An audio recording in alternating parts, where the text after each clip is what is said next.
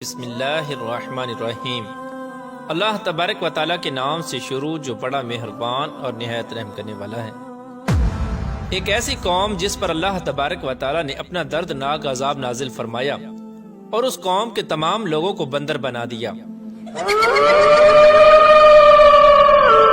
اس قوم کے لوگ کون سا ایسا گناہ کرتے تھے جس کی وجہ سے اللہ تبارک و تعالیٰ نے ان پر دردناک عذاب نازل فرمایا، اور یہ لوگ بندر بننے کے بعد کتنی دیر زندہ رہے اور پھر ان کو کس قدر دردناک موت آئی۔ جب یہ لوگ بندر بن گئے تو یہ لوگ اپنے عزیز و اقارب کو دیکھ کر ان سے کیا کہتے تھے، اور کیا آج کے دور میں پائے جانے والے بندر اسی قوم کی نسل میں سے ہیں؟ ان تمام تر سوالات کے جوابات قرآن و حدیث کی روشنی میں آج کی اس ویڈیو میں ہم آپ کو بتائیں گے، لہٰذا آپ سے گزارش ہے کہ ہماری اس ویڈیو کو اینڈ تک ضرور دیکھیے گا۔ انسانوں کے بندر بننے کی ابتدا حضرت داؤد علیہ السلام کے دور سے ہوئی۔ اس واقعے کا پس منظر کچھ یوں ہے۔ حضرت داؤد علیہ السلام اور ان کی قوم سمندر کے کنارے ایلا نامی گاؤں میں رہتے تھے، اور ان کی تعداد 70,000 کے قریب تھی۔ یہ قوم بڑی ہی خوشحال تھی اور اللہ تبارک و تعالیٰ کی فرما بردار قوم تھی۔ اس قوم کو اللہ تبارک و تعالیٰ نے بے شمار نعمتوں سے نوازا تھا۔ ہر طرف سرسبز و شاداب باغات اور ہر طرف ہریالی ہی ہریالی تھی، اور اللہ تبارک و تعالیٰ کی بے پناہ کرم نوازی تھی۔ یہ لوگ اپنی اس زندگی میں بہت ہی خوش تھے۔ حضرت داؤد علیہ السلام کی قوم چونکہ سمندر کے کنارے رہتی تھی تو اللہ تبارک و تعالیٰ کا ان پر یہ خاص کرم تھا کہ سمندر کے اس کنارے پر بے پناہ مچھلیاں آتی تھیں جن کا یہ لوگ کاروبار کرتے تھے اور بہت ہی خوشحالی والی زندگی گزارتے تھے۔ جب یہ قوم اللہ تبارک و تعالیٰ کی نعمتوں کی وجہ سے خوشحال ہو گئی تو اللہ تبارک و تعالیٰ کی نافرمانی پر اتر آئی اور طرح طرح کے گناہوں کے اندر مبتلا ہو گئی۔ اور پھر ایک دن اللہ تبارک و تعالیٰ نے اس قوم کا امتحان لینے کا ارادہ کیا اور حضرت داؤد علیہ السلام کو وحی بھیجی کہ اپنی قوم سے کہہ دیں کہ وہ سنیچر کے دن یعنی ہفتے والے دن مچھلی کا شکار کرنا بند کر دیں۔ اس طرح اللہ تبارک و تعالیٰ نے حضرت داؤد علیہ السلام کی قوم پر ہفتے والے دن مچھلیوں کا شکار حرام فرما دیا، اور پھر یہاں سے اس قوم کی بربادی شروع ہو گئی۔ حضرت داؤد علیہ السلام نے اپنی قوم کو بتایا کہ اللہ تبارک و تعالیٰ نے ہفتے والے دن مچھلیوں کے شکار کو حرام قرار دے دیا ہے، تو وہ لوگ بہت ہی زیادہ پریشان ہو گئے اور ساری قوم سر جوڑ کر بیٹھ گئی، کیونکہ ہفتے کا دن ہی وہ دن تھا جس میں مچھلیاں وافر مقدار میں آتی تھیں اور خود بخود کنارے پر آ جاتی تھیں، اور باقی دن ایسے تھے کہ بہت کم اور نہ ہونے کے برابر مچھلیاں پکڑی جاتی تھیں۔ اس قوم کا گزر بسر چونکہ مچھلیوں کے شکار پر تھا، اس وجہ سے اللہ تبارک و تعالیٰ کا یہ حکم سن کر یہ قوم پریشان ہو گئی۔ یہ نہیں جانتے تھے کہ اللہ تبارک و تعالیٰ کی طرف سے یہ ایک آزمائش ہے۔ پھر ایک دن شیطان نے ان کو وسوسہ ڈالا کہ سمندر سے نالیاں نکال کر خشکی میں بڑے بڑے حوض بنا لیے جائیں۔ جب ہفتے والے دن مچھلیاں آئیں گی تو وہ نالیوں سے ہو کر ان بڑے بڑے حوضوں میں آ جائیں گی، اور اس طرح پھر ان نالیوں کا منہ بند کر دیا جائے، اور پھر اگلے دن یعنی اتوار والے دن ان کو پکڑ لیا جائے۔ شیطان نے اس قوم کے لوگوں کو ورگلایا کہ اس طرح ہم ہفتے والے دن شکار سے بھی بچ جائیں گے اور مچھلیاں بھی ہاتھ آ جائیں گی اور وہ بھی پکڑی جائیں گی۔ بہت سے لوگوں کو یہ ہلا بازی اچھی لگی اور انہوں نے ایسا کرنا شروع کر دیا اور سمندر سے چھوٹی چھوٹی نالیاں نکال کر بڑے بڑے حوضوں میں ڈال دیں، جس کے ذریعے وافر مقدار میں مچھلیاں ان حوضوں میں داخل ہو جاتی۔ اس قوم کے بدبخت لوگوں کو شیطان کا یہ ہیلا بہت پسند آیا، لیکن اس قوم نے یہ نہ سوچا کہ جب مچھلیاں سمندر سے حوض میں آ کر قید ہو گئی تو پھر مچھلیوں کا شکار ہی ہو گیا۔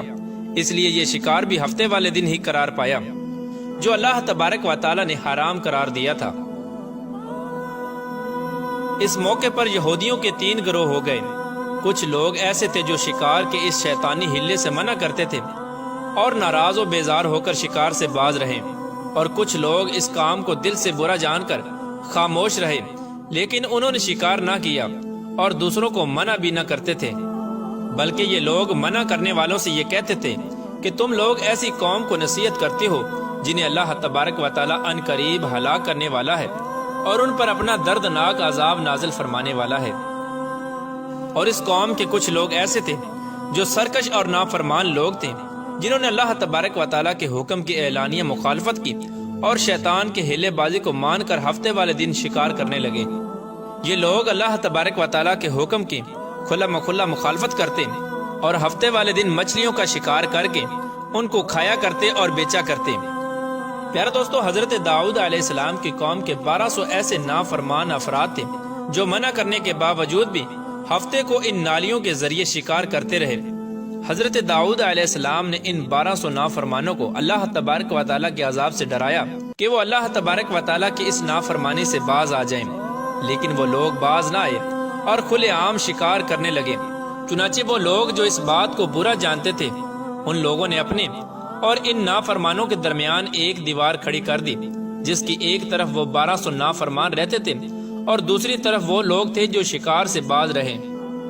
حضرت داؤد علیہ السلام نے اپنی اس قوم کے نافرمانوں کو بارہا سمجھایا، لیکن یہ لوگ اپنی نافرمانی سے باز نہ آئے اور اسی طرح اللہ تبارک و تعالیٰ کی نافرمانی کرتے رہے اور شکار کرتے رہے۔ پھر ایک دن حضرت داؤد علیہ السلام نے غضبناک ہو کر شکار کرنے والوں پر لعنت فرما دی۔ اس کا اثر یہ ہوا کہ ایک دن خطا کاروں میں سے کوئی بھی اپنے گھر سے باہر نہ نکلا۔ یہ منظر دیکھ کر کچھ لوگ ان کی دیواروں پر چڑھ گئے تاکہ معلوم ہو سکے کہ وہ لوگ کس حال میں ہیں۔ جب ان لوگوں نے ان نافرمانوں کو دیکھا تو وہ سب کے سب بندر کی صورت میں مسخ ہو چکے تھے۔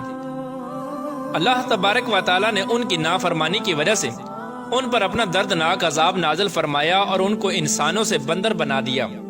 جب لوگ ان مجرموں کا دروازہ کھول کر ان کے گھر میں داخل ہوئے تو وہ بندر اپنے رشتہ داروں کو پہچانتے تھے اور ان کے پاس آ کر ان کے کپڑوں کو سونگھتے تھے اور زاروں کی طرح روتے تھے، لیکن وہ کچھ بول نہ سکتے تھے۔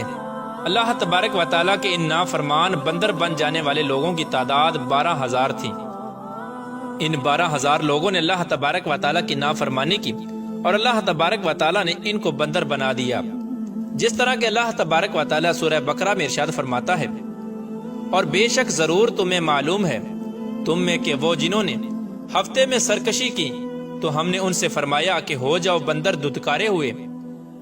اس طرح حضرت داؤد علیہ السلام کی قوم کے 12,000 نافرمان بندر بن گئے۔